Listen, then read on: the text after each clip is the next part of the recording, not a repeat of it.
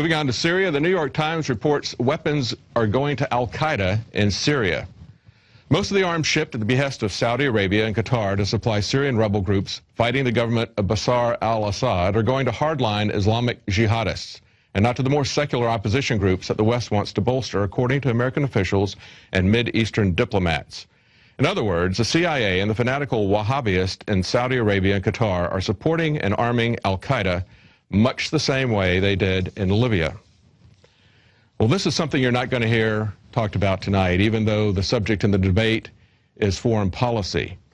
They'll talk a lot about the phony issues between each other, but the reality is that they have no disagreement on foreign policy.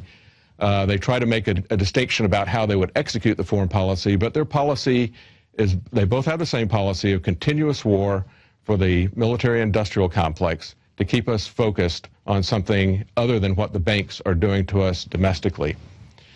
Today, domestically, oral arguments began in a landmark case between Americans for Safe Access and the DEA. In a petition filed back in 2002, the DEA was requested to reclassify marijuana. Currently, it's classified as a Schedule I drug, which means, according to the DEA, that marijuana is a drug with high potential for abuse and no currently accepted medical use and treatment. We know that that is a bold-faced lie. Everyone knows that marijuana has numerous medical benefits. And Americans for Safe Access put together a petition to the DEA to change the classification of marijuana. But the DEA summarily refused to look at the petition. And that was back in 2002. And the organization's been fighting ever since then to get DEA to examine the petition.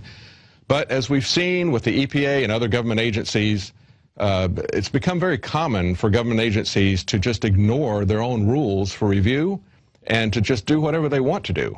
They become extremely imperious. And so this case is going to see if the courts will uphold the DEA's own rules.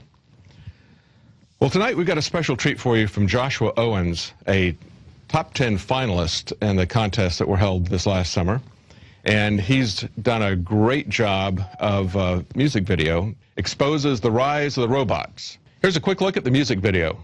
Don't let them win you over, that's what they're hoping for. They want to shutter your mind and shackle it to the floor. It's not hard to figure out the lies you're being told. There is a playbook, an agenda, a blueprint, a goal.